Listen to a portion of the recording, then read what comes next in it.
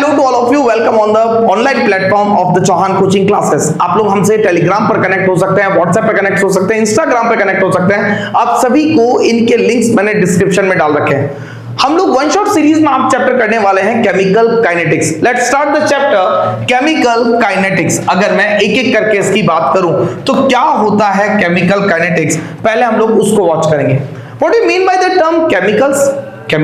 There are chemical substances. What is the meaning of the kinetic? Kinetic का मतलब क्या होता है? That is, अरे क्या होता है? Speed. Kinetic किससे रिलेटेड है आपका? अगर यहां से देखें, then kinetic is related to the kinetic को हम लोग किससे रिलेट कर सकते हैं?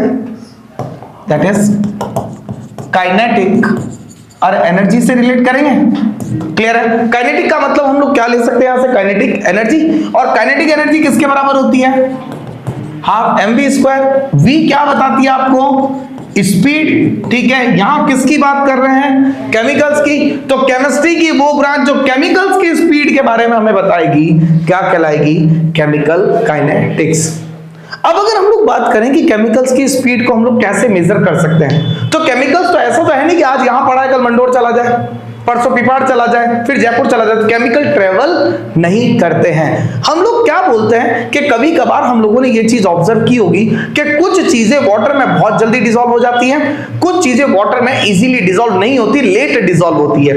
या फिर मैं आपको एक सिंपल सा इसका एक एग्जांपल देता हूं। जैसे अगर हम लोग बात करें कि चीजों के बारे में, कैसे आपने यहां से देखा हम लोगों ने कि कोई चीजें बहुत जल्दी डिसॉल्व हो रही हैं। मैंने यहां पर एक कंटेनर लिया, इस कंटेनर में मैंने पानी भरा, एक और कंटेनर लिया, इस कंटेनर में मैंने और पानी भर दिया। क्लियर है? दोनों में मैंने पानी क्या लिया? बराबर। पहला जो कंटेनर लिया उसके अंदर मैंने इतना बड़ा गोला एक शक्कर का डाल दिया। क्लियर है? दूसरे कंटेनर में मैंने क्या कर दिए? शक्कर के इसी गोले के टुकड़े कर करके डाल दिए। तीसरे पार्ट में मैं क्या कर रहा हूं कि यही कंटेनर मैंने लिया,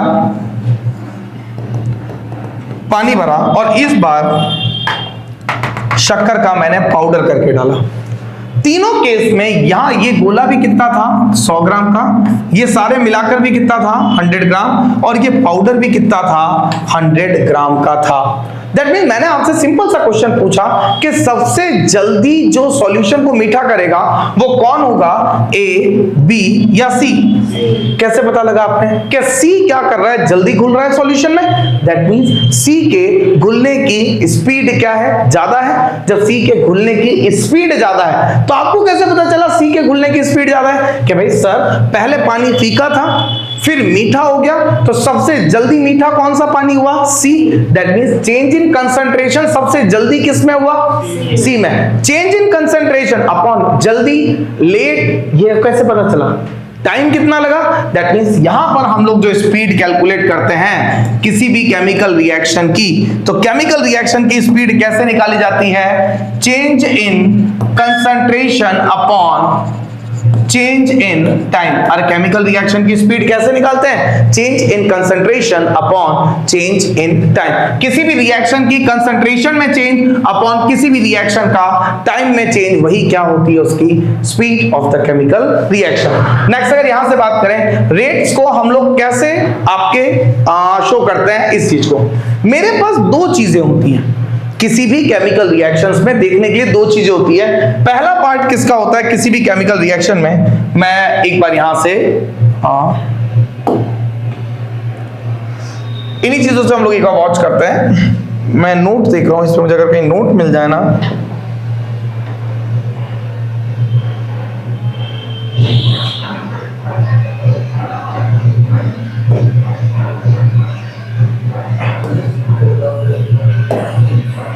एक मिनट है, इसको एक मिनट यहां से देखिए। यहां से अगर हम लोग बात करें किसी भी केमिकल रिएक्शन में, अगर हम लोग बात करें तो स्पीड जो होती है, स्पीड किसके बराबर होती है? स्पीड इक्वल टू किसके बराबर? चेंज इन कंसंट्रेशन अपॉन क्या आता है? Change in time. क्लियर है। अब change in concentration upon change in time, ये कंसंट्रेशन किसका हो सकता है? सर एक रिएक्शन में दो पार्ट होते हैं, रिएक्टेंट भी होते हैं और प्रोडक्ट भी होते हैं। कभी रिएक्टेंट रिएक्ट करते हैं तो कभी प्रोडक्ट फॉर्म होते हैं। मैं अगर मेरे घर में बैठा हूं तो मेरे पास क्या हो रहा है, मकान बनाने के लिए मैंने सामान लाया, तो मेरे को कोई बोलेगा कि मकान कितना जल्दी बन रहा है, तो मेरे पास दो ही तरीके हैं, या फिर तो मैं ये देख लूं मकान कितना बन गया कितने समय में, या फिर मैं ये देख लूं कितना सामान खत्म हो गया। दैट मींस आपके क्वेश्चन करने के भी दो ही तरीके होते हैं। मान लीजिए मैंने आपको 100 क्वेश्चंस दिए होमवर्क करने के लिए, क्लियर है, तो मैं दो तरीके से चेक कर सकता हूं किस बच्चे की स्पीड कितनी है, या फिर तो मैं ये चेक कर लूं कि उस बच्चे ने कितनी देर में कितने क्वेश्चन किए, या फिर मैं ये चेक कर लूं कि अब उस बच्चे कितने क्वेश्चन बचे हैं। अरे सही यस और नो? दैट मींस किसी भी रिएक्शन को हम लोग दो तरीके से कैलकुलेट आउट कर सकते हैं, या फिर तो उसको हम लोग कैलकुलेट करेंगे रिएक्टेंट के टर्म्स में, या फिर उसको कैलकुलेट करेंगे किसके टर्म्स में? प्रोडक्ट के टर्म्स में। तो किसी भी केमिकल रिएक्शन में दो पार्ट होते हैं, पहला पार्ट क्या होता है? रिएक्टेंट, और दूसरा पार्ट क्या होता है आपके पास? प्रोडक्ट के बारे में हम लोग बात कर सकते हैं। अरे पहला पार्ट क्या था? रिएक्टेंट, दूसरा पार्ट क्या था हमारे पास? प्रोडक्ट। अब रिएक्टेंट टाइम के साथ रिएक्टेंट का कंसंट्रेशन क्या होता है? कंसंट्रेशन विल डिक्रीज, और टाइम के साथ प्रोडक्ट का कंसंट्रेशन क्या होता है? Concentration of product was increase. Clear है? तो हम लोग दो चीजें देखते हैं, increase in concentration of the product, ये भी रेट ऑफ रिएक्शन बताएगा, decrease in concentration of the reactant, ये भी हमारे को क्या बताएगा? रेट ऑफ रिएक्शन को एक्सप्लेन करेगा। लेट्स चेक कैसे। हम लोगों ने क्या किया, यहां से इसी चीज को हम लोग आगे मूव करते हैं। मैंने कोई भी एक केमिकल रिएक्शन ली, यहां से केमिकल रिएक्शन को कैसे देख सकते हैं हम लोग? मैंने बोला chemical reaction AA plus BB क्या बता रहा है आपको? CC इंटू D की पावर D। इस केमिकल रिएक्शन में हमारे पास क्या मिलता है? ये दोनों क्या थे? रिएक्टेंट, ये दोनों क्या थे? प्रोडक्ट।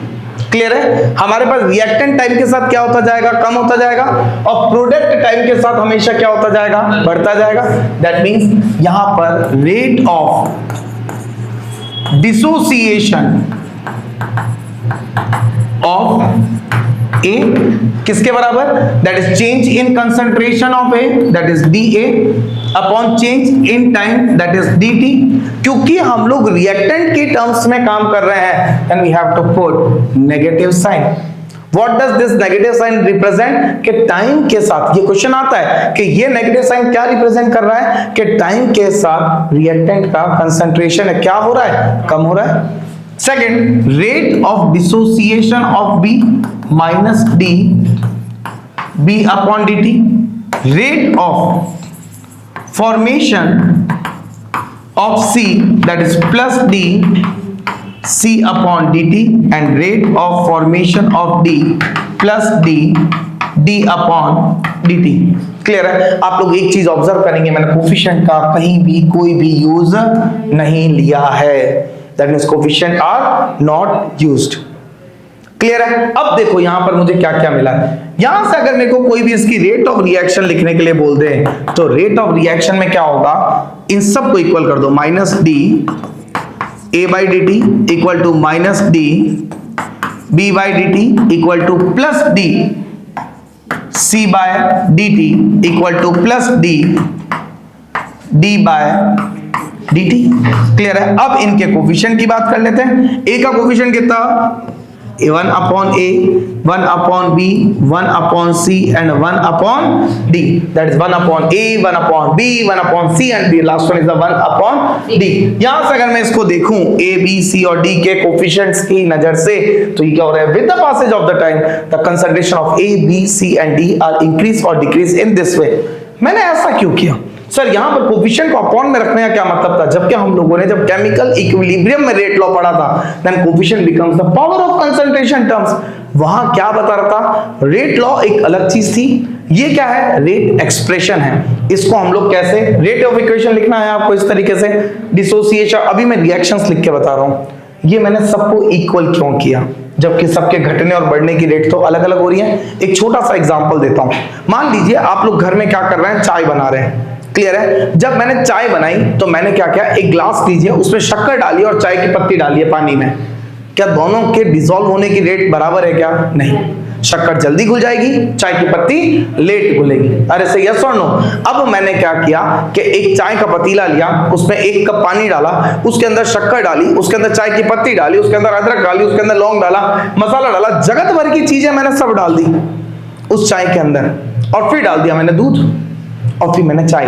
क्या मेरी पूरी चाय एक साथ बनके तैयार होती है? ऑब्वियस सी बात है। दैट मींस शक्कर के घुलने की कुछ रेट होगी, चाय के पत्ती के घुलने की कुछ रेट होगी, बट चाय के बनने की रेट इन सब को साथ लेके चलेगी।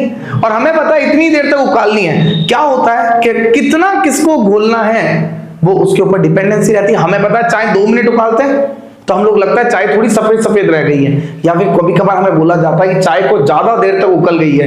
दैट मींस शक्कर भी ज्यादा घुलने लग गई, पानी कम होने लग गया, चाय कड़क हो गई। दैट मींस ये क्या हुआ कि हर एक सब्सटेंस के घुलने की रेट अलग अलग है। क्लियर है? बट अलग अलग रेट्स ऑफ रिएक्शन होने के बावजूद भी पूरी चाय एक साथ बन रही है। दैट मींस मेरे को चाय बनाने की रेट तो सबकी बराबर है ना। दैट मींस ये रिएक्शन। अभी मैं आगे इसको एक एग्जांपल से एक्सप्लेन करता हूं, ठीक है? एक बार और देखते हैं। यहां से देखिए अगर हम लोग इसको, तो यहां से इसको देखते हैं हम लोग। मैंने एक इक्वेशन लिखी, that is N2 plus thrice H2 क्या बना रहा आपके पास? 2NH3 का फॉर्मेशन कर रहा है। क्लियर है? यहां पर रिएक्टेंट कौन है? N2 और H2। प्रोडक्ट कौन है? NH3 NH3। क्लियर है? अब देखो रिएक्टेंट क्या होंगे, टाइम के साथ कम होंगे। दैट कैन आई से rate of dissociation of N2। एक मिनट, यहां से अगर हम लोग बात करें तो मैंने एक इक्वेशन लिखी, N2 प्लस थ्राइस H2 मुझे क्या बता रहा है? 2NH3। मेरे पास रिएक्शन में ये दोनों क्या थे? और व्हाट आर दिस? रिएक्टेंट। और ये क्या थे? रिएक्टेंट। और ये क्या था मेरे पास? प्रोडक्ट। तो कैन आई से रेट ऑफ डिसोसिएशन ऑफ ए, किसके, sorry, rate of dissociation of N2, rate of dissociation of H2, rate of formation of NH3, और यही चीज आएंगी। What is N2? Change in concentration of N2 upon change in time. What is H2? Change in concentration upon change in time. What is NH3? Change in concentration of NH3 upon change in time. ये क्या है? Reactant या product? Reactant. Minus, ये भी reactant, and this one is plus. मैं coefficient का use इसमें नहीं करूंगा। जब मैं पूरा रेट लॉ लिखूंगा ROR, तब मैं क्या करूंगा? सबको इक्वल करूंगा। Minus D N2 by dt minus D H2 by dt, minus की जगह plus D NH3 upon dt। मैं इसकी तरह ऐसे लिखूंगा। अब मेरे पास क्या आ रहा है? यहां से इनके कोफिशिएंट 1/1, 1/3, 1/2। Getting my point? इस तरीके से एक्सप्रेशन ले लिया। अब मैं इसको क्यों लिख रहा हूं वो चीज समझिएगा। आपने क्या किया? इन दोनों को राउंड में ले लिया, ठीक है? I am changing, taking this one as the consideration. क्या कंसिडर किया मैंने?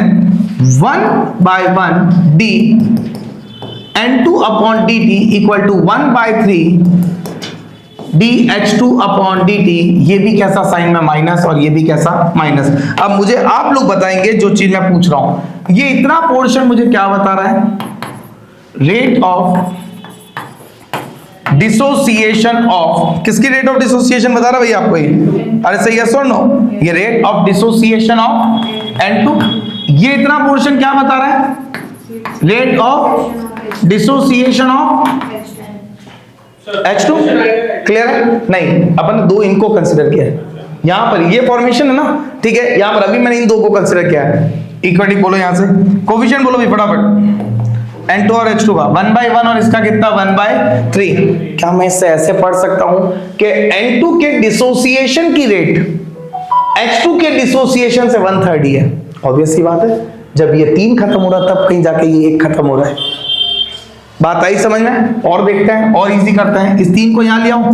3 into rate of dissociation of N2 किसके बराबर आ गया? Rate of dissociation of H2 के बराबर आएगा। कि H2 के डिसोसिएशन की रेट N2 से 3 गुना है। H2 एक खत्म हो रहा था, H2 3 खत्म हो रहा है। बात आई पूरी समझ में? कोई दिक्कत यहां तक? क्लियर हुआ भाई? पॉइंट पूरा क्लियर है? ये था रेट ऑफ एसोसिएशन और डिसोसिएशन का केस। नेक्स्ट अगर बात करें हम लोग वापस अपने ही मॉड्यूल पे चलते हैं यहां से। इसी रिएक्शन पे हम लोग वापस आते हैं। अब यहां से मैंने क्या देखा, change in concentration upon change in time. Second slide में अगर हम लोग देखें तो रेट ऑफ रिएक्शन दो टाइप की होती है। पहली कौन सी? इंस्टेंटेनियस रेट ऑफ रिएक्शन, और दूसरी कौन सी? Average rate of reaction. कैसे इनको मेजर करेंगे उस चीज को मैं एक छोटे से एग्जांपल से आपको एक्सप्लेन करता हूं। मान लीजिए कि मैं कहां खड़ा हूं, जोधपुर पर, या फिर I am standing at the C3। मैं चौहान कोचिंग क्लासेस के ऊपर यहां से खड़ा हूं और यहां से मुझे मूव करते हुए जाना है कहां तक? Kaylana circle, it is Kaylana. Clear है कि नहीं? अरे कायलाना जाना है। यहां से मैं निकला 12 बजे, नहीं हमें मम्मी मना करती है 12 बजे के टाइम कायलाना नहीं जाना, ठीक है? यहां से हम लोग कितने बजे निकले? 11 बजे। मैं कायलाना कितने बजे पहुंच गया? 11:30 बजे।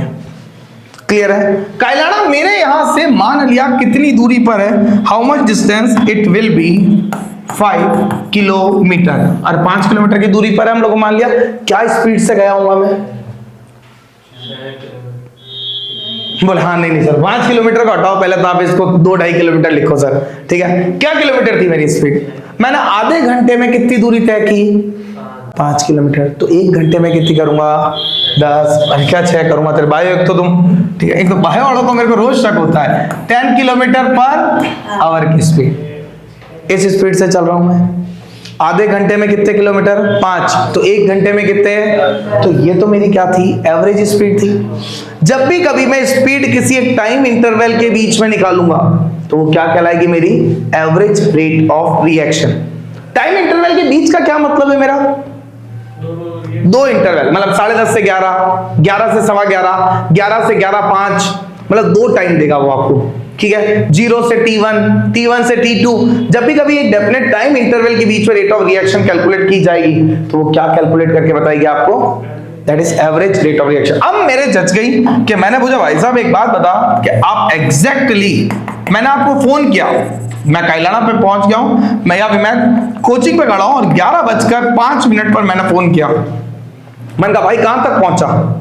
ठीक है, हो सकता है उस समय मेरी गाड़ी की स्पीड 50 किलोमीटर पर आवर की स्पीड से चल रही हो गाड़ी।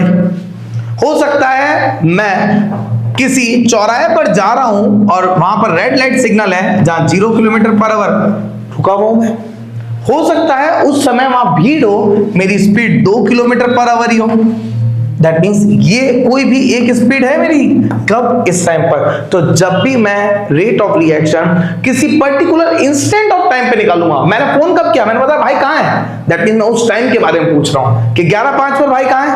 तो आपने बताया यहां है। मैंने बोला 11:10 पर कहां है? आपने बोला यहां है। That means this is called as instantaneous rate of reaction. Instantaneous का मतलब क्या हो गया आपका? जब भी रेट ऑफ रिएक्शन कब निकाली जाएगी?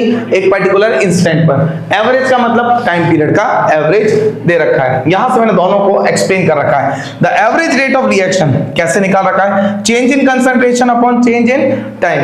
दैट इज यहां से इसको थोड़ा सा चेंज हो गया है, ठीक है? इसको हम लोग कैसे लिखेंगे?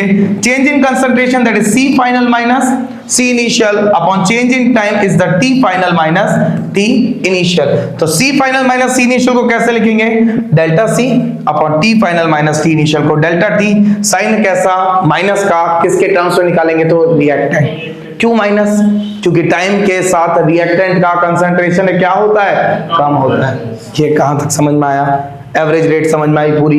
क्लियर है? दिस इज जस्ट सेइंग कि ये वन शॉट ही है। हम लोग 1 घंटे में चैप्टर को सिर्फ रिवाइज कर सकते हैं। पूरी क्लासेस भी मैं एक-एक करके डालूंगा धीरे धीरे डिफरेंट चैप्टर्स की, तब आपको और इजीली समझ में आने लग जाएगा। अब 2 महीने तक सिर्फ पढ़ना ही है अपने को, ठीक है? नेक्स्ट कोर्स अपन ने इसीलिए पूरा किया टाइम से। नेक्स्ट अगर यहां से बात करें तो हमारे पास 2 चीजें थी, एवरेज रेट, ठीक है, decrease in concentration of the reactant upon decrease in time. Clear है? हेलो, चलिए देखते हैं नेक्स्ट। यहां से अगर हम लोग बात करें तो एवरेज रेट ऑफ रिएक्शन किसके बराबर थी? अगर रिएक्टेंट के टर्म्स में ले रहे तो R final minus R initial के टर्म्स में थी। यहां पर क्या बता रहा है आपको कि इनिशियल और एवरेज में यहां से क्या था? Reactant is converted to the product. Clear है? दैट इज हम लोगों ने अभी देखा रिएक्टेंट कम होता है और प्रोडक्ट क्या होता है? बनता है। तो rate of disappearance of the reactant या फिर rate of appearance of the product या फिर फॉर्मेशन ऑफ द प्रोडक्ट से भी हम लोग सीधा इसको ले सकते हैं। अब यहां पर देखिएगा एवरेज और इंस्टेंटेनियस दो रेट्स मैंने आपको बताई। क्लियर है? एवरेज रेट को जो निकाला जाता है वो कैसे निकाला जाता है कि जिस टाइम से जिस टाइम के बीच की रिएक्शन होती है उनके बीच का ग्राफ लिया जाता है। इसको मैं और अच्छे समझाता हूं, इस पर थोड़ा सा कॉन्फ्यूज हो जाएगा। यहां से मैंने बोला कि आपके पास कोई भी रिएक्टेंट है और यहां पर क्या है? कंसंट्रेशन है। ये टाइम ड्यूरेशन लाइन क्यों चल रही है कि रिएक्टेंट का कंसंट्रेशन टाइम के साथ कम हो रहा है। सॉरी, ये रिएक्टेंट है और ये क्या है? टाइम के साथ इसका कंसंट्रेशन क्या होता जा रहा है? कम होता जा रहा है। मैंने बोला कि इस पे अगर मैं बात करूं कि T1 टाइम पर कंसंट्रेशन कितना था? C1, और मैंने बोला T2 टाइम पर कंसंट्रेशन कितना था? C2। तो मैंने बोला T1 से T2 टाइम के बीच में जो कंसंट्रेशन चेंज हुआ वो कितना हुआ? C1 से C2। तो मैं कैसे निकालूंगा? फाइनल कितना? C2, इनिशियल कितना? C1 अपॉन कितना? T2 minus T1। मैंने क्या ले लिया? टाइम इंटरवल ले लिया। T1 और T2 तो कौन सी रेट निकली? एवरेज या इंस्टेंटेनियस? एवरेज। तो ये ग्राफ का एरिया क्या बताता है? R average. किसका कंसंट्रेशन लिया? रिएक्टेंट या प्रोडक्ट? रिएक्टेंट। और कंसंट्रेशन किसका लिया हम लोगों ने? रिएक्टेंट। क्लियर है? तो रिएक्टेंट का कंसंट्रेशन टाइम के साथ क्या होता है? कम होता है। अब आता है समझ में? Concentration of reactants R1, R2। Clear है? और इस तरीके को ऐसे शो कर रखा है इन्होंने। नेक्स्ट अगर हम लोग बात करें इसमें, यहां से अगर देखें तो अगर मुझे प्रोडक्ट के कंसंट्रेशन के टर्म्स ले तो with the passage of time product का कंसंट्रेशन क्या होता है? इंक्रीज। दैट मींस यहां से भी सेम चीज, कितना प्रोडक्ट बढ़ा और कितना घटा। Next delta P upon delta T, ये जो अभी हम लोगों ने किया जो रिएक्टेंट और प्रोडक्ट के बीच में था। यहां पर तो क्या है कि स्लाइड्स थोड़ी सी सही नहीं आ रही है तो इस वजह से यहां देखो ये परफेक्ट आ गई एक तरीके से। N2 plus thrice H2, example क्या बता रहा है? क्या बना रहा है? Twice NH3। Rate of disappearance of N2 कितना? dN2/dt। Rate of disappearance of H2 कितना? dH2/d2। डिसअपीयरेंस का मतलब नेगेटिव साइन आ रहा है इनके ऊपर। क्लियर है? ये मेरे को एक दिन दुख जरूर देंगे। ठीक है? यहां से बात करें then rate of the reaction किसके बराबर? आपके NH3 का फॉर्मेशन क्या है? dNH3 upon dt। मैंने कहीं भी कोफिशिएंट का यूज नहीं किया है। कोफिशिएंट मैं कैसे लूंगा? 1 अपॉन में जब मैं इनको लूंगा। नेक्स्ट अगर बात करें यहां से, बहुत जल्दी हो जाएगा चैप्टर। अब यहां से देखो जो अपन ने लिया था। क्लियर है? इन्होंने क्या बता रखा है? दैट इज रेट ऑफ, इसको हम लोग rate of reaction d H2 upon dt किसके बराबर? d N2 अपॉन dt के बराबर है। अरे सही, यस और नो? अब इसके अंदर मैंने यहां पर दोनों जगह माइनस लगा रखा है। कोफिशिएंट यहां पर कितना था? 1/3। तो यही चीज तो मैंने लिख रखी है 1/3 rate of disappearance of H2 या फिर rate of consumption of H2। Clear है? 1/2 rate of formation of NH3 और coefficient becomes the power of concentration terms की जगह यहां पर क्या आता है? 1 अपॉन में आते हैं और ये 2 किस में आ गया? 1/2 d NH3 अपॉन dt। ये किसके बराबर था? 1/3 d H2 अपॉन dt। ये किसके बराबर आ गया? 1/d N2 upon dt। ये साइन माइनस और ये कैसा? प्लस। माइनस क्या बता रहा है? रेट ऑफ डिसअपीयरेंस, प्लस क्या बता रहा है? Rate of appearance.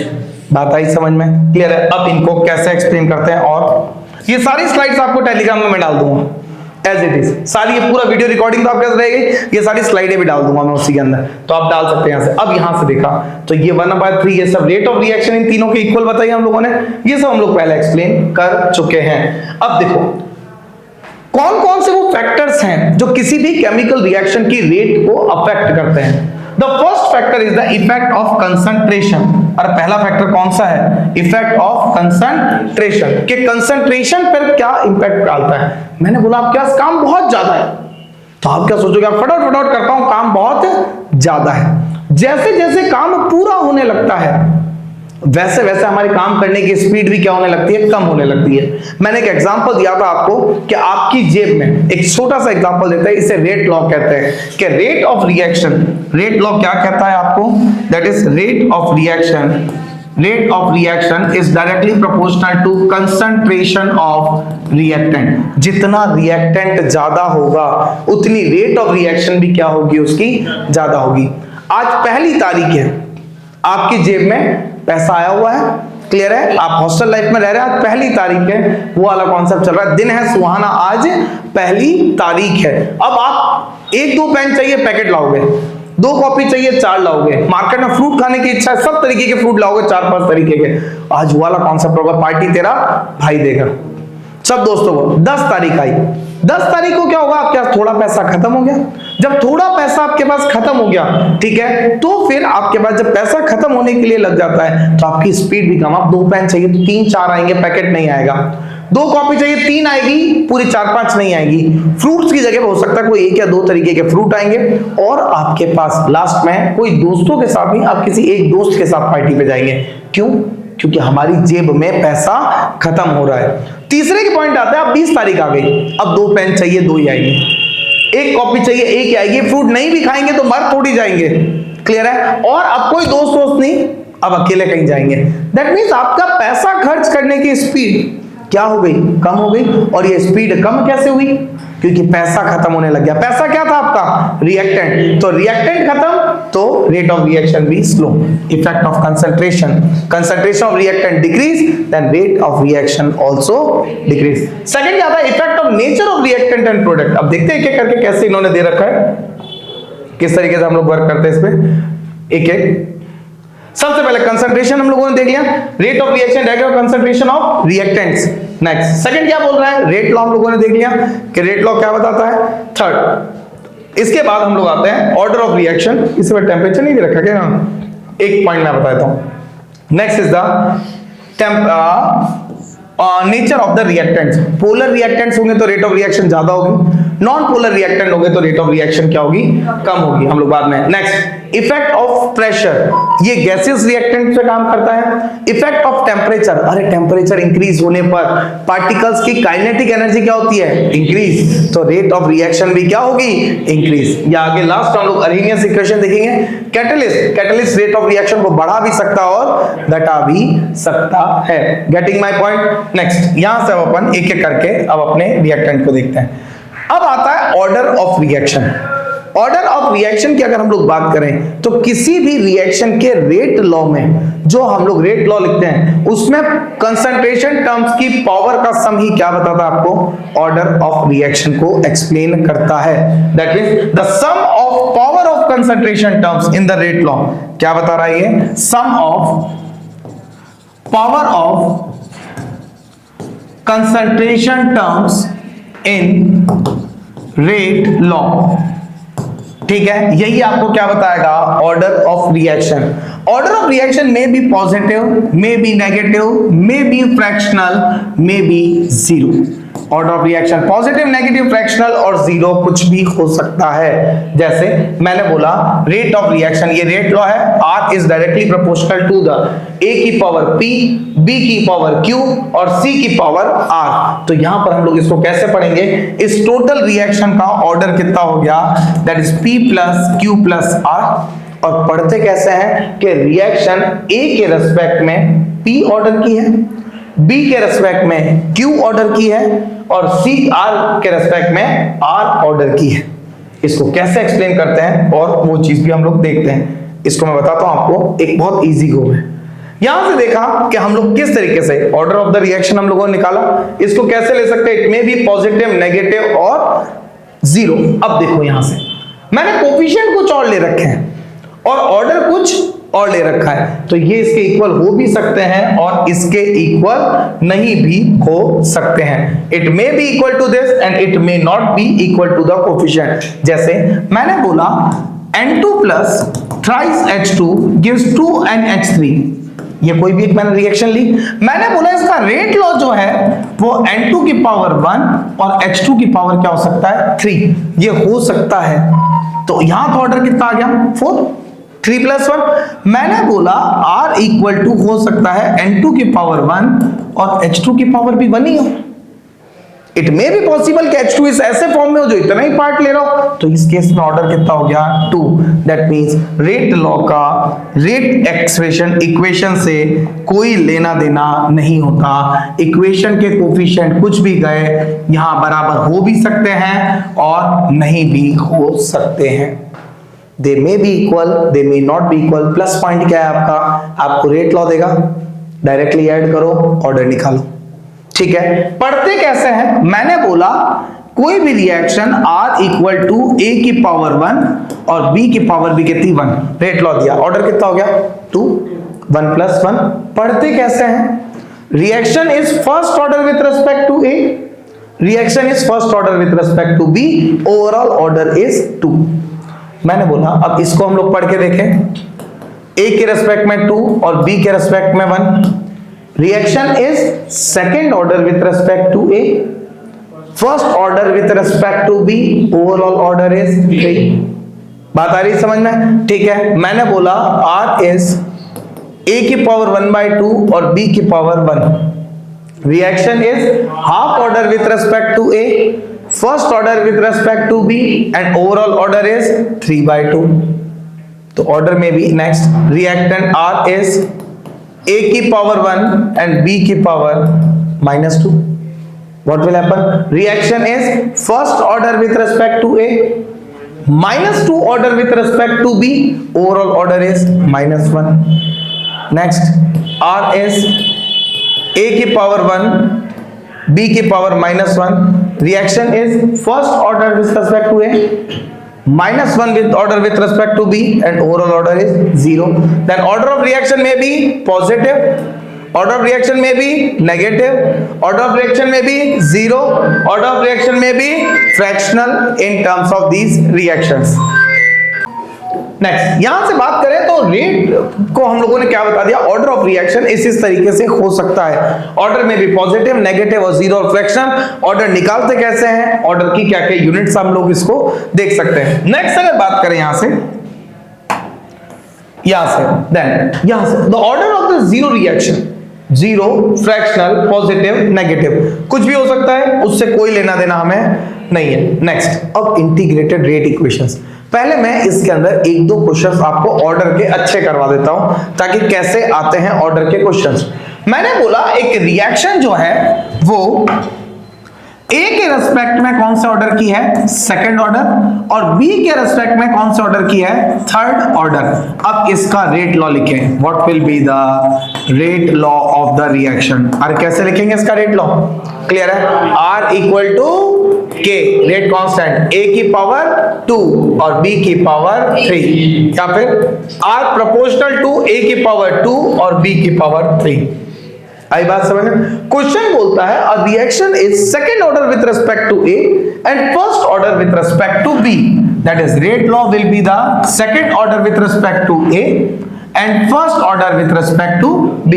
क्लियर है? अब मैंने बोला if the concentration of B A is double, A का कंसंट्रेशन मैंने क्या कर दिया, डबल कर दिया, then what will be the change in rate of reaction. माना मैंने A को कितना कर दिया 2A, ऑर्डर चेंज नहीं हुआ है, क्लियर है। B की वैल्यू मैंने वही की वही रखी अभी तक 1, क्लियर है, बट A की वैल्यू कितनी हो गई, डबल।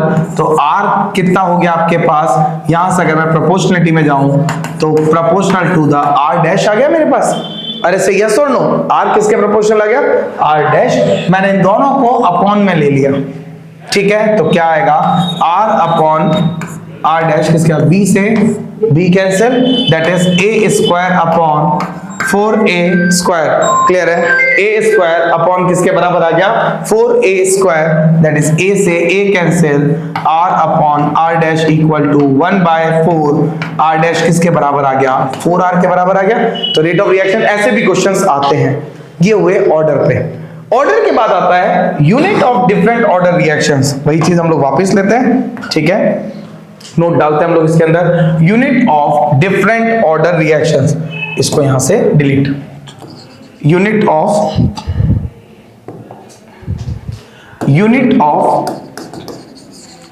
डिफरेंट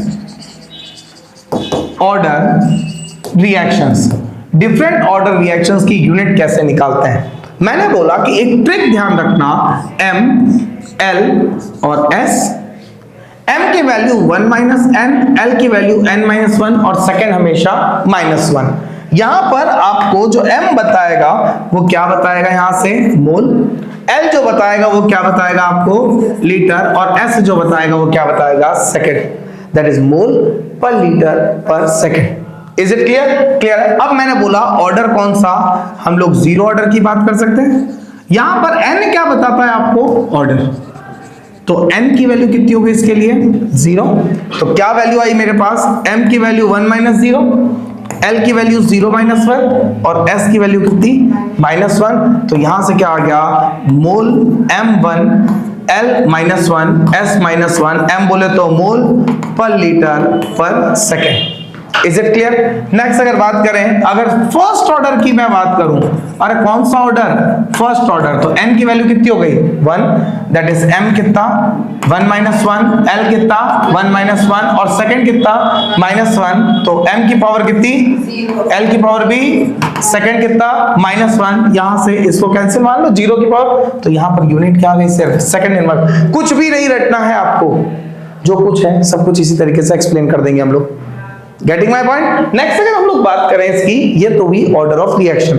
मान लो आपको यूनिट देकर के ऑर्डर पूछ ले, मैंने बोला यूनिट दी m square litre minus square और सेकंड इनवर्स। अब आपसे वो क्या पूछ रहा है, यूनिट पूछ रहा है, ठीक है, सॉरी ऑर्डर पूछ रहा है, यूनिट दे दी इसने, क्लियर है, सॉरी उससे ऐसे नहीं दिया आपको, उससे आपको क्या दे रखा है, उससे आपको यूनिट दी mole inverse square litre square और सेकंड -1।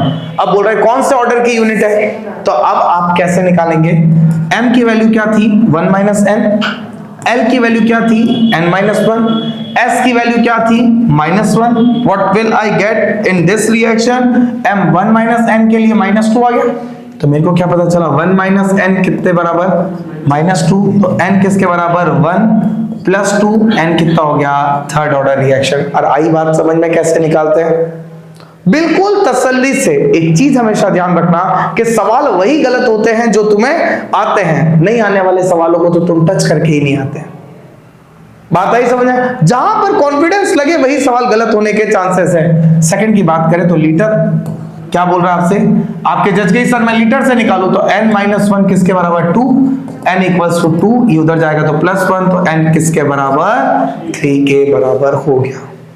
यूनिट समझ में आई कैसे निकालते हैं, ऑर्डर से यूनिट क्लियर हुआ, कोई दिक्कत यहां से। नेक्स्ट अब इसको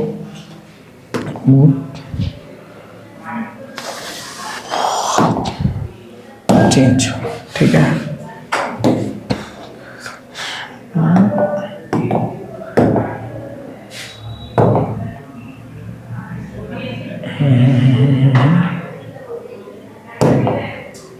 आई थिंक शायद, अच्छा ये नहीं यहाँ तो यहाँ पर ऑर्डर यहां से समझ में आया। अब आती है इनकी इंटीग्रेटेड रेट इक्वेशंस। मैं एक एक करके सबका डेरिवेशन भी आपको हाथों हाथ बताऊंगा ताकि आपका वन शॉट में ही कंप्लीट हो जाए। सबसे पहले हमारे पास आता है zero order reaction. Zero order reaction का मतलब क्या होता है हमारे पास कि रेट ऑफ रिएक्शन जो होती है वो रिएक्टेंट की पावर कितनी, जीरो। दैट मींस ऐसी रिएक्शन जो रिएक्टेंट के कंसंट्रेशन पर डिपेंडेंसी ही ना रखे, वो कैसी रिएक्शंस कहलाई हमारे पास, जीरो ऑर्डर रिएक्शन। क्लियर है? यहां से अगर देखें हम लोग, दैट इज ये तो हम लोग rate of reaction is k raise to power a की पावर n, n कितना हो गया zero, that is k a की पावर कितनी हो गई, जीरो। ठीक है, यहां से अगर देखिएगा अगली बात इसमें,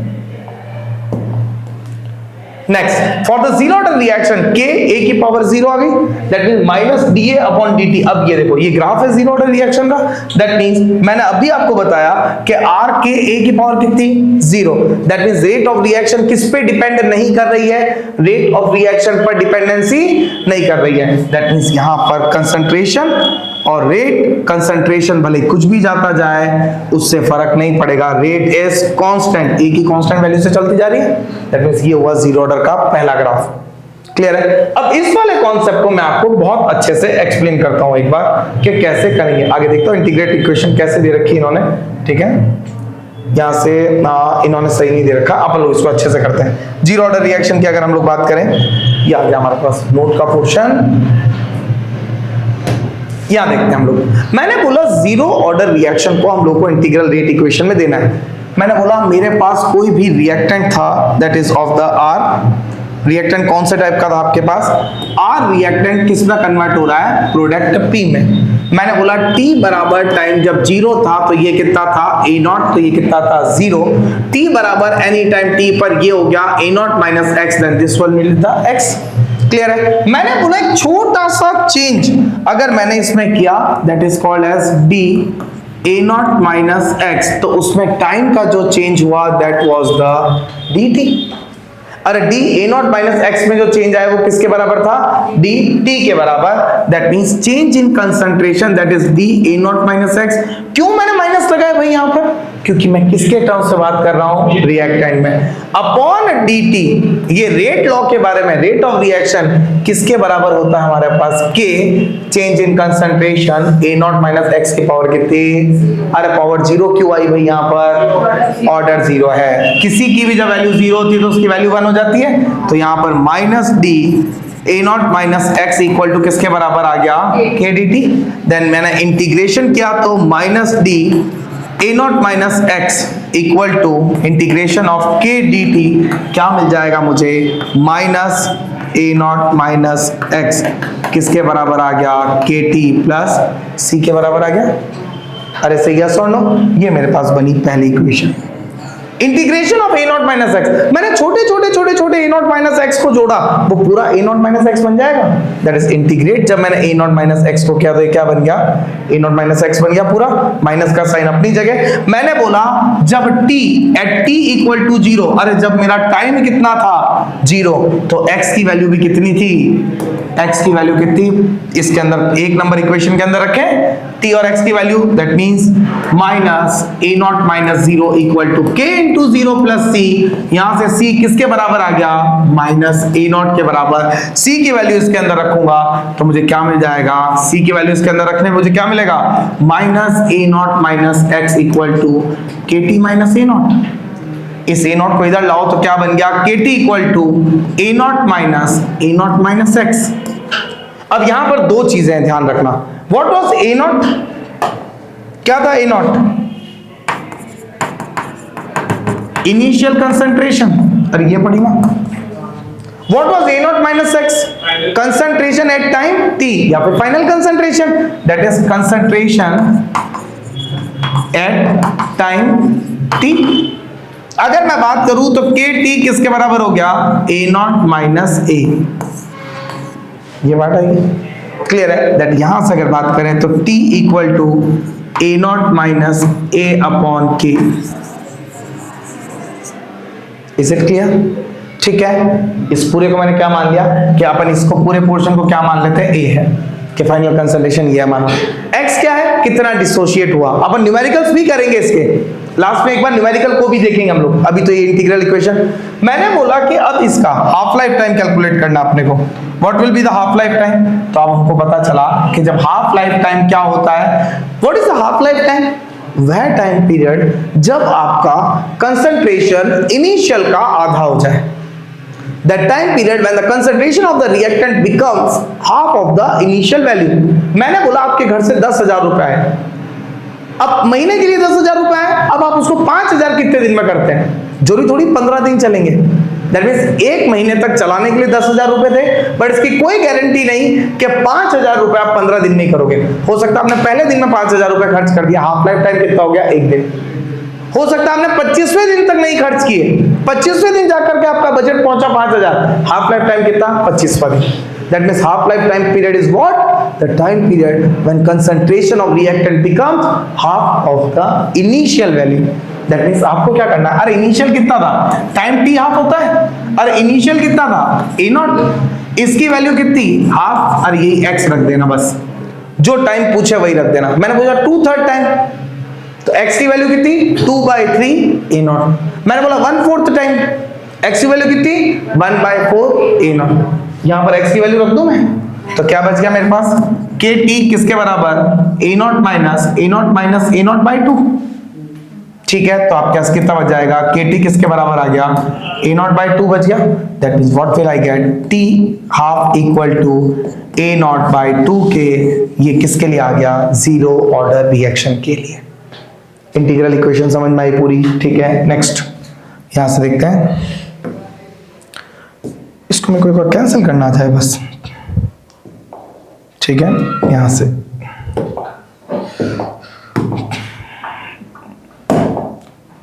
कल बैठ के मैं सीखूंगा पहले इसको पूरा, ठीक है। यहां से इंटीग्रल इक्वेशन समझ में आई आपको, ये आपके सारी इंटीग्रल इक्वेशन जीरो ऑर्डर की, क्लियर है। This is the rate versus time graph of the zero order reaction. कैसे निकाला हुआ ये ग्राफ, इसको भी समझ लीजिए आप।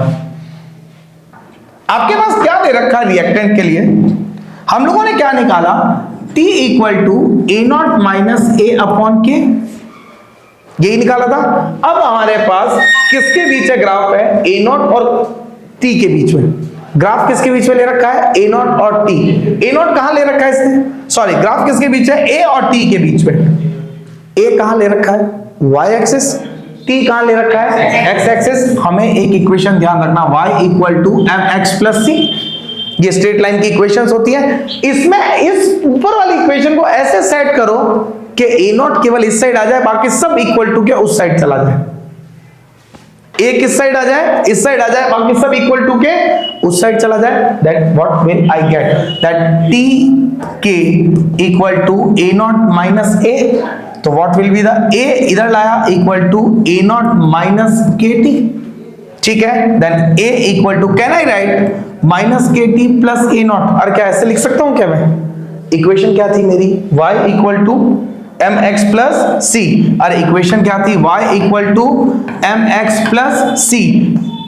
y एक्सिस पर a आ गया बराबर, x एक्सिस पर t आ गया बरोबर, प्लस में c, ये बताता है ग्राफ कितना ऊपर से या कितना नीचे से स्टार्ट हो रहा है। c की वैल्यू क्या आई, प्लस का A0, मतलब प्लस एक्सिस पर, और ये प्लस ग्राफ ऊपर की तरफ चलता है, प्लस एक्सिस पर मेरे को एक जगह कहीं पॉइंट मिलेगा, वो क्या कहलाएगा, A0। वहां से ग्राफ होता हुआ स्लोप मेरा कितना, माइनस के, मतलब ग्राफ कैसा आएगा, नीचे की डायरेक्शन में आएगा। This is the slope minus के। ग्राफ क्लियर हुआ कैसे है, ठीक है। ये सब चीजें आपको स्लाइड से मिलेंगी, बट ये लिखा हुआ नहीं मिलेगा आपको, ये लिखा हुआ आपको वीडियोस में आप देख लेना कहां पर लिखा हुआ है, उसके अकॉर्डिंग आपको मिल जाएगा। नेक्स्ट अगर बात करें हम लोग यहां से unit of the rate constant, ये हम लोग निकाल चुके हैं अभी तक जीरो ऑर्डर रिएक्शंस के लिए। Types of the rate constant, ये हम लोग निकाल चुके हैं A0 के लिए। हाफ लाइफ टाइम A0/2k, ये हम लोग देख चुके हैं, क्लियर है कि नहीं। दैट हाफ लाइफ टाइम होता क्या है, when the initial concentration becomes half of the initial value. Is it also seen by us. Plot of the T half versus A0, clear है। Initial concentration was directly proportional, और अभी हम लोगों ने देखा ना, अरे T half zero order reaction के लिए, जीरो ऑर्डर के लिए, अरे T हाफ किसके बराबर था, A0/2k। What was the K, rate constant, और what was the K, rate constant. What is 2, numerical constant. अरे ये दोनों ही कांस्टेंट हो गए। जैसे ही मैंने इन दोनों को हटाया, अरे T half proportional to A0 आ गया। अरे से यस और no, what is the meaning of proportionality, एक बढ़ेगा तो दूसरा भी बढ़ेगा, ठीक है। ये बढ़ रहा आपका T हाफ, ठीक है, और कंसंट्रेशन एक बढ़ रहा है तो दूसरा भी बढ़ रहा है। अरे स्ट्रेट लाइन आ गई, से यस और नो। स्लोप बताओ इसका, के, अरे y equal to mx plus c। अरे ग्राफ देखो, जिसके बीच में ग्राफ पूछे ना उसका और जिसका ले रखा हो उसमें बात कर लो। कैसे, मैंने ग्राफ किसके बीच में पूछा, T हाफ, और किसके बीच में, वर्सेस A0। इससे A0 कहां रखा है, x एक्सिस पर, ग्राफ यहां कहां रखा है, T कहां रखा है, y एक्सिस पर। अपने को पता है KT किसके बराबर, A minus A0, sorry A0 minus A। तो जब T हाफ किसके बराबर था, A0/2k, तो मेरे पास A0 किसके बराबर आ गया, 2KT, 2KT। अब इस बार ये मेरा x एक्सिस पर है और ये कहां है, y एक्सिस पर। यहां कंसंट्रेशन, ये इस उल्टा लिख दिया नालायक ने, यहां पर आता कंसंट्रेशन और यहां पर आता टाइम, ठीक है। टाइम के साथ स्लोप डायरेक्टली प्रोपोर्शनल है, ठीक है। दैट इज KT, x कितने बराबर, 2k के बराबर स्लोप आता। इज इट क्लियर, ठीक है। Next equation, that is examples of the zero order reaction, ये याद होना चाहिए आपको। कौन सा एग्जांपल जिसमें पूछा था NH3 N2 + 5H2, ठीक है, is the example of zero order reaction. HI का dissociation zero order reaction, PS3 का डिसोसिएशन जीरो ऑर्डर रिएक्शन, और H2 और Cl2 का डिसोसिएशन भी आपके कॉम्बिनेशन भी HCl का बनना। अब देखो कौन कौन सी ऑर्डर जीरो ऑर्डर है। पहली बात तो या फिर तो catalytic reactions are zero order, या फिर sun photolytic reaction. What is the meaning of H nu? Photochemical equation. Photo का मतलब लाइट, हर एक वो रिएक्शन जो कि आपके लाइट की प्रेजेंस हो रही है वो जीरो ऑर्डर की है। This is photochemical equation. और आई बात समझ में? क्लियर है? नेक्स्ट अब इसको देखते हो। जीरो ऑर्डर रिएक्शंस के लिए हम लोगों ने देखा कि A से A0/2 this is half life time, A0/2 से 0 this is second half life time, then T पूरा जीरो होना ही क्या कहलाता है? T ऑफ कंप्लीशन टाइम, ठीक है। अब मानो इसका इनिशियल कंसंट्रेशन से तो कोई लेना देना ही नहीं है, इस लाइन में इन्होंने यही बता रखा है। मानो 100 से 90 10 सेकंड में हो रहा है, ठीक है, तो 90 से 85 अगले 5 सेकंड में ही हो रहा है, फिर 85 से 82.5 अगले 2.5 सेकंड में। दैट मींस आपको क्या बता रहा है? जैसे जैसे इनिशियल कंसंट्रेशन कम हो रहा है वैसे वैसे टाइम के साथ इसका वेरिएशन भी चलता जा रहा है। जीरो ऑर्डर रिएक्शंस के बाद generally in zero order reactions ये सब हम लोग कर चुके हैं, ठीक है कि नहीं। Now the first order reaction, integral rate equation of the first order reaction. अब अपन फर्स्ट ऑर्डर रिएक्शंस को वॉच कर लेते हैं। क्या बात कर रहे हैं हम लोग? फर्स्ट ऑर्डर रिएक्शंस की बात कर रहे हैं। फर्स्ट ऑर्डर रिएक्शंस के लिए वही चीज, हम लोगों ने कोई भी रिएक्टेंट लिया जो कि किसके बराबर था आपके पास, ए कोई भी रिएक्टेंट था, ये किस में कन्वर्ट हुआ? प्रोडक्ट P में। मैंने बोला T बराबर 0 पर ये कितना था? A0, और ये कितना था? 0। T equal to any time T पर ये हो गया A0 - x, और ये कितना बन गया? x। मैंने बोला कि किसी भी small time d A0 - x में, स्मॉल टाइम dt में जो ये चेंज हुआ, ये d A0 - x हुआ, तो -d A0 - x change in concentration upon change in time equal to k A0 - x की पावर 0। और is it clear? Sorry not 0, it will be the 1। First order है ना, ठीक है। अब इनको थोड़ा सा अरेंज करते हैं। -d A0 - x upon A0 - x equal to किसके बराबर? k dt। इनका सबका इंटीग्रेशन अगर मैं कर देता हूं तो मेरे को मिलेगा यहां पर -ln A0 - x equal to kt plus c। वही सब चीजें, जब x इक्वल टू 0 था तो t भी कितना, जब t 0 था तो x भी कितना होगा? 0। क्लियर है? इंटीग्रल इक्वेशन में मुझे ये पता चल गया कि यहां पर -ln A0 की वैल्यू किसके बराबर आती है? c। जब मैंने सबकी वैल्यूज रखी तो kt equal to ln A0 ln A0 - x मुझे आगे जाके मिला। तो यहां से मैंने क्या पता लगा दिया? kt equal to ln A0 upon A0 - x। Why I am taking this? log A minus log B equal to log A upon B। ये क्विक रिवीजन के तौर पे दे रहा हूं ताकि आपको दिमाग में रहे। क्लियर? फॉर्मूले पे क्वेश्चंस आते हैं इसके, that is t equal to 2.303 upon k log A0 upon A0 - x। That was the t value. ये 2.303 कहां से आया? जब भी ln को log में चेंज करते तो 2.303 से मल्टीप्लाई करते हैं।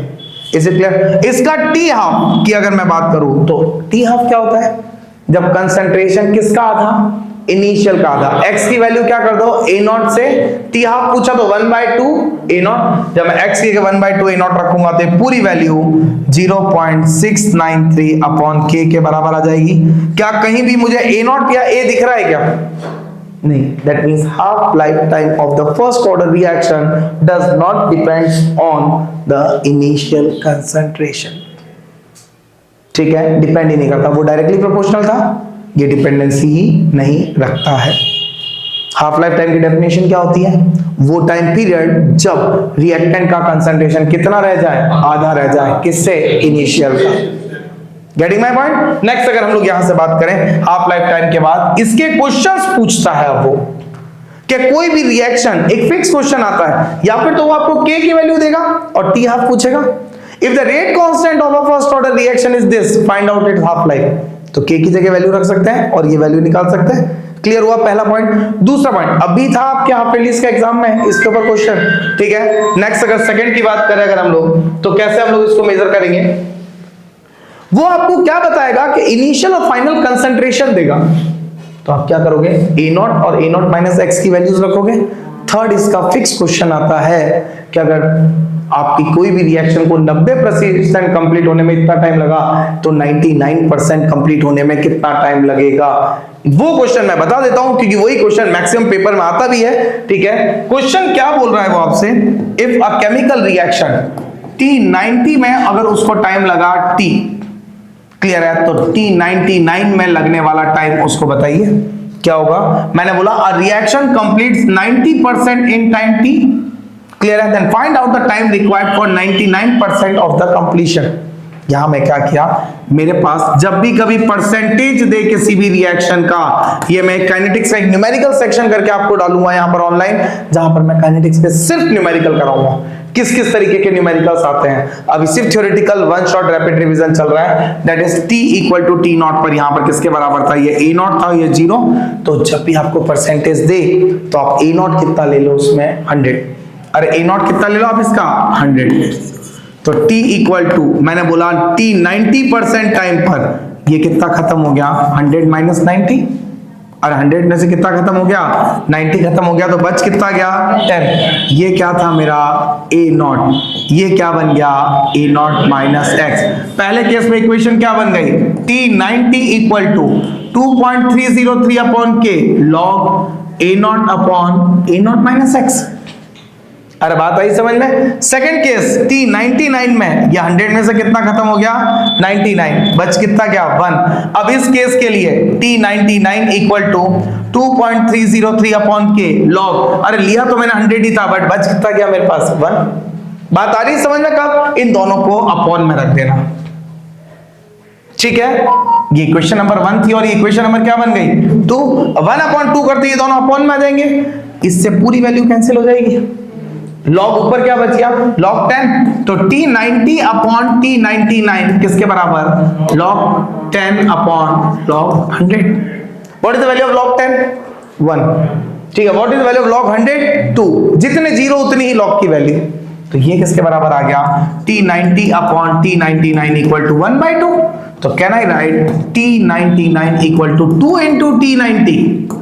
ये भी पूछ सकता है आपसे, prove that the time required for 99% of the completion is twice the time for the 90% of the reaction. समझ में आई बात, सॉल्व कर लेंगे मैक्सिमम है। अब भले 10% पूछे, 20% पूछे, 50 पूछे, एक्स की वैल्यूज रखना मैंने सिखा दी। दो ही टाइप के क्वेश्चन बनते हैं, एक ऑर्डर पे बनेगा, फिर ग्राफ पे बनेगा, फिर इन पे। नेक्स्ट एक क्वेश्चन इसका ग्राफ पे ही बन जाता है कभी कभार। नेक्स्ट अगर हम लोग यहां से बात करें, अरे यार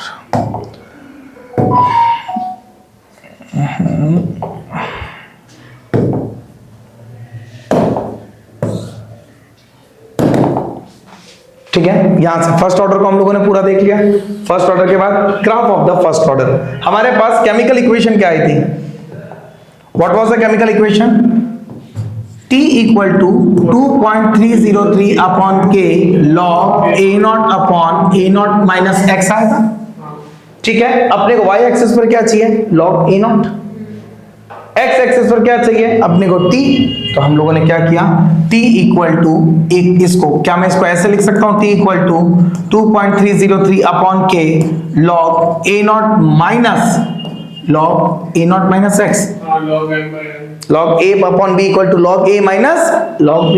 मैं इस पूरी इक्वेशन को इधर ले आता हूं, KT upon 2.303 equal to log A0 minus log A0 minus x। अरे सही है, सॉल्व नो, क्लियर है। अब अपने पास ग्राफ की इक्वेशन किसके बीच है, this log A is log A0 minus x, not A। A को किससे बता रखा है A0 माइनस x, तो मेरे पास ग्राफ किसके बीच है log A0 minus x versus t। तो मेरे को पूरा पोर्शन इधर लाना पड़ता है, log A0 minus x equal to क्या मैं इसको ऐसा log A0 इसको उधर ले जाओ माइनस KT अपॉन 2.303 लिख सकता हूं क्या। ठीक है, अब इसको देखो log A0 minus x equal to minus KT upon 2.303 plus log A0। अरे सही है, सॉल्व नो। अब इसको हम लोगों ने कैसे देखा, ये आ गया आपके पास कौन सी एक्सिस पर, y एक्सिस पर, ये आ गया t कौन सी एक्सिस पर, x एक्सिस पर, ये आ गया इंटरसेप्ट कितना ऊपर से ग्राफ स्टार्ट होगा, ये हो गई log a0 की वैल्यू। क्लियर है? अब स्लोप कितना आ रहा है, माइनस के अपॉन 2.303, कितना, माइनस के अपॉन 2.303। स्लोप किससे, पॉजिटिव में कि नेगेटिव में? ये ग्राफ नीचे उतर रहा, आई बात समझ में? ग्राफ क्यों नीचे उतर रहा है, ठीक है। नेक्स्ट, इसके बाद ये रिएक्शंस को देखते हैं हम लोग। First order reaction concentration, half life time अपन ने बता दिया कंसंट्रेशन पे डिपेंडेंसी ही नहीं रखता। नेक्स्ट, ठीक है, ये इसका कोई मतलब वाली बात ही नहीं है। Next, time of completion of the first of the reaction, ये नहीं पूछता अभी तक। Examples of the first order reaction ये पूछा जाता है। H2O2 डिकम्पोजिशन, क्लियर है। ऑल रेडियो एक्टिव डिकेस, आप लोग पता है इसको कैसे याद रख सकते हैं? ये सेम चीज है ना, आपके न्यूक्लियर केमिस्ट्री में भी पूछी जाती है।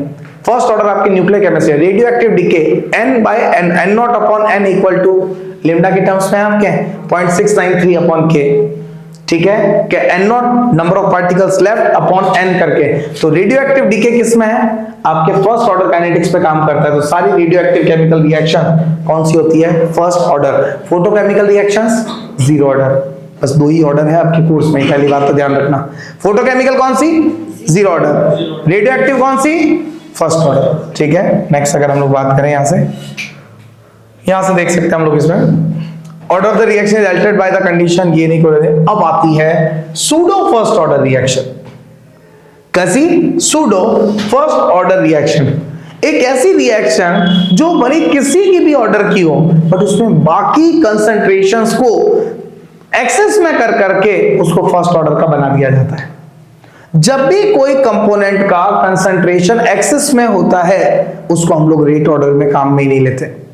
मैंने बोला कि अपने घर में, ठीक है, एक कप चाय बनानी है जिसमें अपने को पता है 1 चम्मच शक्कर, 1 चम्मच चाय, आधे चम्मच चाय की पत्ती डलेगी और दूध वगैरह मिक्स मैंने दे रखा आपको, ठीक है। मैंने 1 कप चाय बनाई, आधा चम्मच शक्कर डाल दी। मैंने बोला शक्कर के चम्मच 5 ही है, सॉरी चाय की पत्ती 5 चम्मच ही है, और हर कप में 1 चम्मच चाय की पत्ती डल रही है और 2 चम्मच शक्कर डल रही है। अपन इजी कर लेते इस क्वेश्चन को। मैंने बोला चाय की पत्ती के चम्मच कितने हैं, 5 है, शक्कर कट्टा भर के पड़ी है, बताओ कितनी चाय बनेगी, 5 कप। मैंने पहला कप लिया, 1 चम्मच चाय की पत्ती डाली, 2 चम्मच शक्कर फ्री। दूसरा कप लिया, चाय की पत्ती डाली, शक्कर डाली, फ्री। 5वां कप बनाते चाय की पत्ती खत्म हो गई। अब क्या चाय बनेगी क्या? तो शक्कर कितनी पड़ी उससे पता पड़ा क्या रेट ऑफ रिएक्शन शक्कर के अमाउंट पे डिपेंड करे क्या? रेट तो रिएक्शन की रुक गई ना, क्यों? चाय खत्म हो गई, चाय की पत्ती खत्म हो गई। दैट मींस ये कंपोनेंट क्या कहलाता है आपका, लिमिटिंग रिएजेंट। किसी भी रिएक्शन में जो जल्दी खत्म हो गया वही क्या है, लिमिटिंग रिएजेंट। तो हम लोगों ने बोला कि मैंने कोई भी रिएक्शन ली, मान लो ये रिएक्शन क्या थी, A के पावर में फर्स्ट और B के पावर में भी 1। ऑर्डर बोलो तो इसका 1 with respect to A and 1 with respect to overall order 2 है। अभी तो 2 है, मैंने बोल दिया ये एक्सेस में है। अब बताओ 1 हो गया ना, अरे एक्सेस में होते ही इसका तो डिपेंडेंसी खत्म हो गई ना।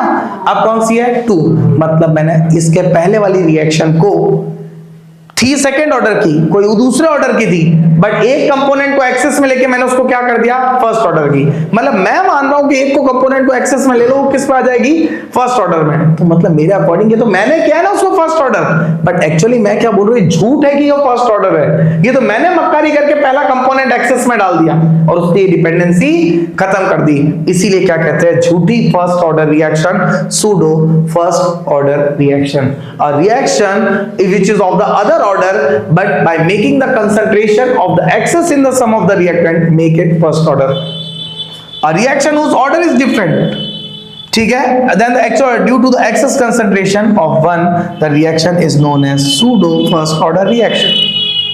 Is it clear? कोई दिक्कत यहां तक क्लियर है? Next example of the pseudo first order reaction, hydrolysis of the ester, NCERT बताती है, ये पहला एग्जांपल, ठीक है कि नहीं। सेकंड, ये आपको rate of concentration versus graph के ग्राफ दे रखे हैं, कोई भी ऑर्डर रिएक्शंस के, zero order, first order, second order और सेकंड ऑर्डर। ये क्लियर है, concentration versus rate, zero order की तो डिपेंडेंसी नहीं रखती, first order directly proportional, second order exponential proportional, ठीक है।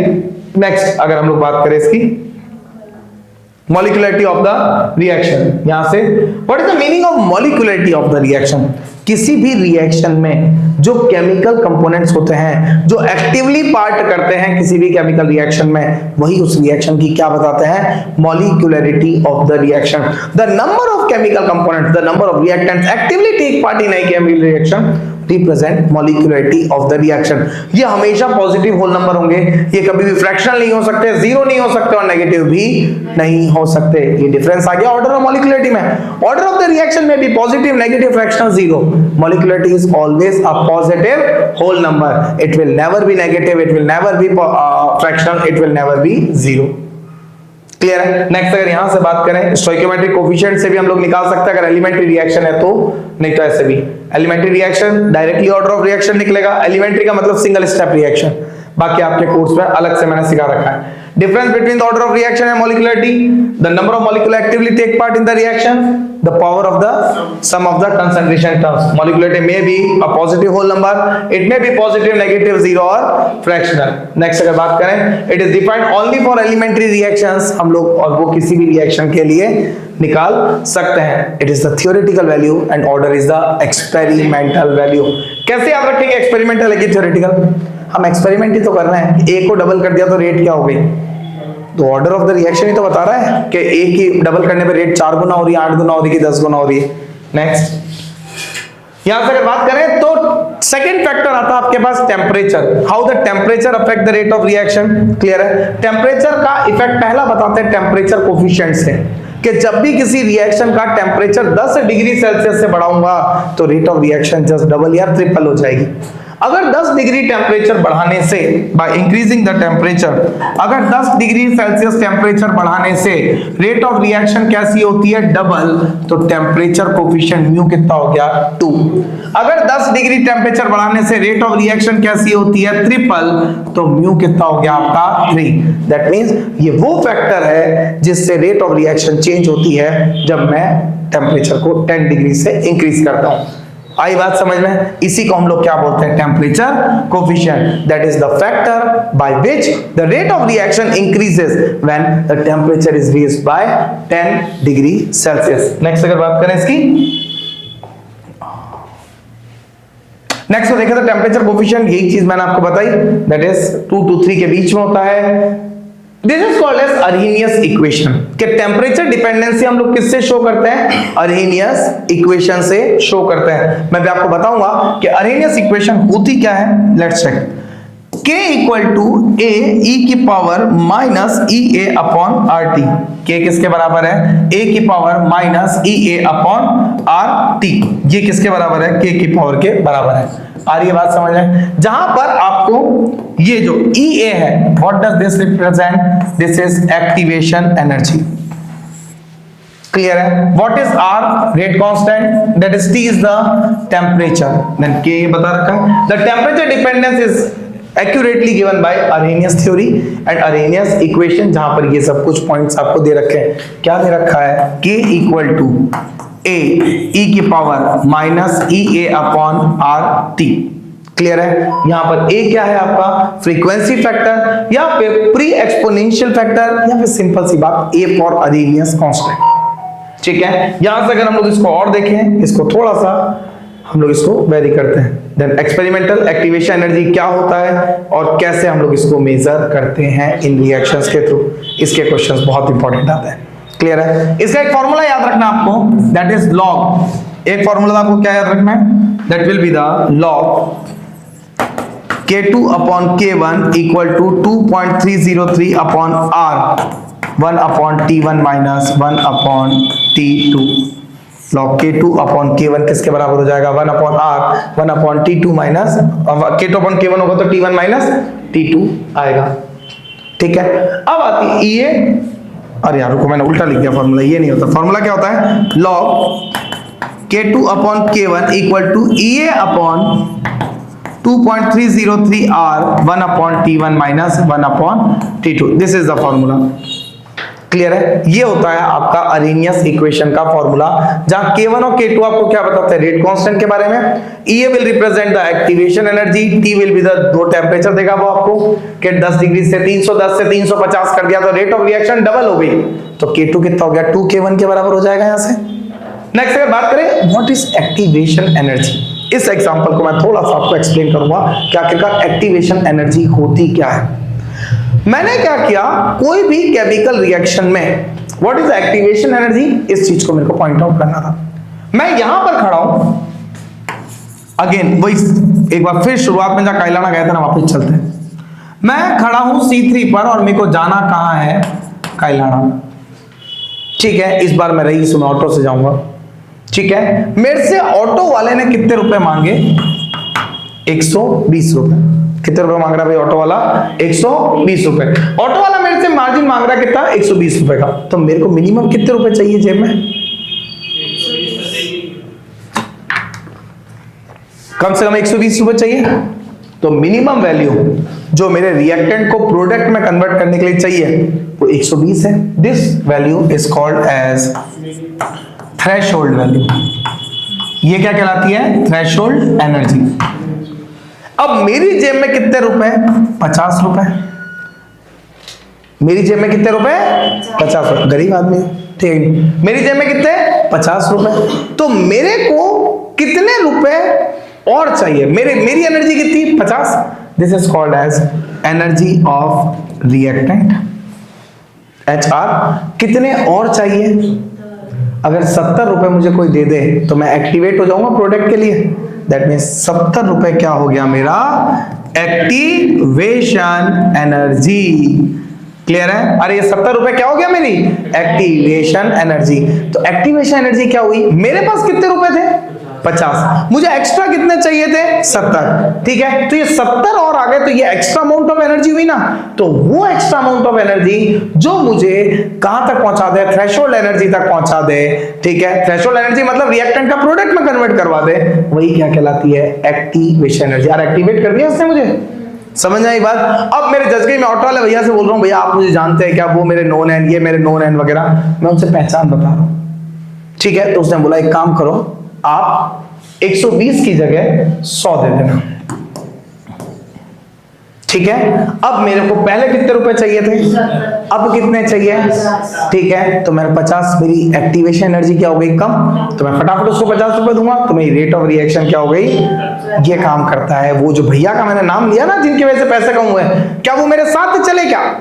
That is this are called as catalyst, जो हमारी रिएक्शन में तो नहीं आए बट रिएक्शन को तेज कर दिया उन्होंने। और बात आई समझ में? तो कैटलिस्ट क्या करता है? Increase the rate of reaction without undergoing the reaction. But उसने कम किसको किया?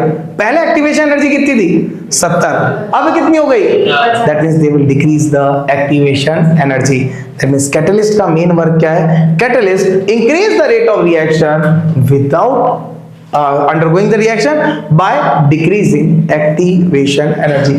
अरे कोई दिक्कत इसमें? कर लेंगे आप इसको पूरा। नेक्स्ट, एक्टिवेशन एनर्जी का कॉन्सेप्ट समझ में आया आपको भाई? कोई दिक्कत यहां से? नेक्स्ट, ये आपके पास सारी ग्राफिकल रिप्रेजेंटेशन। यहां पर हम लोगों को क्या बता रखा है इन्होंने? क्लियर है? That is the energy of reactant is was this. ये मिनिमम एनर्जी इसकी यहां तक चाहिए थी, that is called as threshold energy. तो ये जो एक्स्ट्रा एनर्जी यहां से यहां तक पहुंचाने में लगी, यही तो मेरी क्या थी? Activation energy. ये दे रखा। ठीक है, तो इसके बाद ये प्रोडक्ट में मरेगा तो एनर्जी डाउन आ गई। That is this is called as energy of product. Clear है? इन दोनों के बीच का गैप क्या कहलाता है? Delta H। वहां नहीं समझ में आया तो मैं इस ग्राफ को यहां बनाता हूं अच्छे से, कहीं खाली जगह मुझे मिल जाए बस। ये ना इतना प्यारा ग्राफ बना हुआ है। ठीक है, यहां तक देखिएगा। हम लोगों ने क्या किया?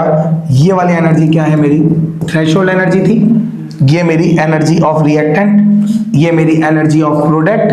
तो ये जो एक्स्ट्रा अमाउंट ऑफ एनर्जी है यही क्या है? Activation energy. अब देखो डेल्टा H अगर मेरा पॉजिटिव आता है, डेल्टा H कैसे निकालते हैं? Enthalpy of reactant minus enthalpy of product, sorry product minus enthalpy of reactant. तो अगर ये कैसा आ सकता है? या फिर तो ये नेगेटिव आएगा या फिर ये कैसा आएगा? अगर ये नेगेटिव आता है तो रिएक्शन कैसी? एक्सोथर्मिक। अगर ये पॉजिटिव आता है तो रिएक्शन कैसी, एंडोथर्मिक। आओ यहां देखते हैं ग्राफ। मैंने यहां से क्या किया, एक ग्राफ बनाया जिसमें ये मेरी क्या थी, थ्रेशोल्ड एनर्जी, पूरी एक ही बार में समझा देता हूं, ठीक है। यहां मेरी क्या थी, एंथैल्पी ऑफ रिएक्टेंट, ठीक है। और मैंने क्या किया, इस ग्राफ को बनाना स्टार्ट किया, दिस इज, और यहां से ला करके मैंने इसको यहां पर छोड़ा, ठीक है। अब मेरे पास क्या हुआ, ये क्या थी मेरे पास, this is the enthalpy of product, ठीक है। मेरे को एक्स्ट्रा एनर्जी की कितनी जरूरत पड़ी, यहां से लेके यहां तक, this is called as activation energy, ठीक है। मान लो ये 50 थी और ये 200 थी, कितनी एक्स्ट्रा एनर्जी की जरूरत पड़ी, 150, 150 क्या हो गई एक्टिवेशन एनर्जी। थ्रेशोल्ड एनर्जी कितनी थी मेरी, 200, मेरी एनर्जी कितनी 50। मान लो कि यहां पर प्रोडक्ट की एनर्जी कितनी थी 20। डेल्टा एच बताओ मेरा, डेल्टा एच कितना आएगा, प्रोडक्ट माइनस रिएक्टेंट। प्रोडक्ट की एनर्जी कितनी है 20, रिएक्टेंट की एनर्जी कितनी है, आंसर कितना -30। मतलब ये ग्राफ किसका है, एक्सोथर्मिक का। एक्सो का हो गया ना ये वाला ग्राफ तो। अगर यही मेरे एनर्जी, ठीक है, अब मैंने क्या किया, इसको यहां से लेकर प्रोडक्ट और रिएक्टेंट की एनर्जी तो वही रखी, बट मैंने क्या कर दिया, यहां ला करके मैंने इसको बता दिया कि इस बार मेरी एक्टिवेशन एनर्जी जो पहले 150 चाहिए थी वो 120 ही चाहिए थी। तो कैटलिस्ट ने क्या कर दिया, एक्टिवेशन एनर्जी को कम कर दिया। यही ग्राफ एंडो का बनेगा तो ऐसा बनेगा। यहां पर मैंने बोल दिया कि रिएक्टेंट की एनर्जी ले ली मैंने कितनी 50, इसकी कितनी 70, और ऊपर है ना वो, ठीक है। तो डेल्टा एच की वैल्यू बोलो कितनी, 70 माइनस 50 कितना आ गया, प्लस का 20। अरे आ रही है बात समझ में। नेक्स्ट,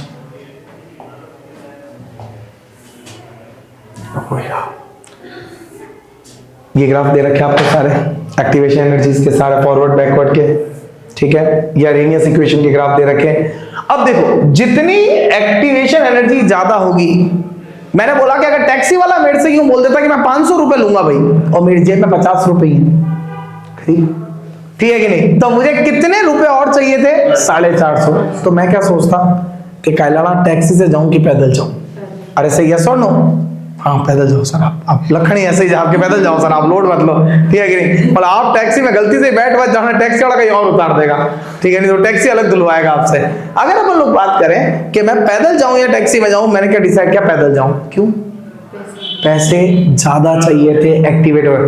तो एक्टिवेशन एनर्जी अगर ज्यादा तो रेट ऑफ रिएक्शन कम। बात आ रही समझ, एक्टिवेशन एनर्जी को भी रेट ऑफ रिएक्शन को वेरी करती है।